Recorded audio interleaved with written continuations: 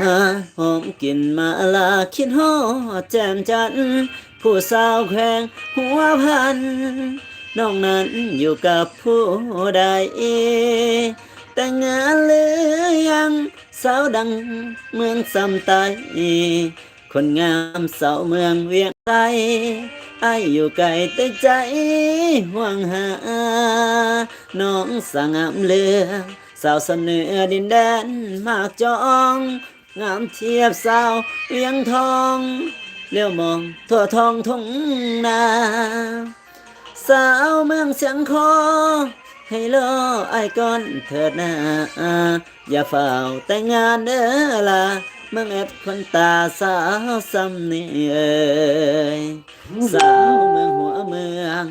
อย่าเคืองเด้อสาวคำลาสงกรานต์มือบุญเดือนห้า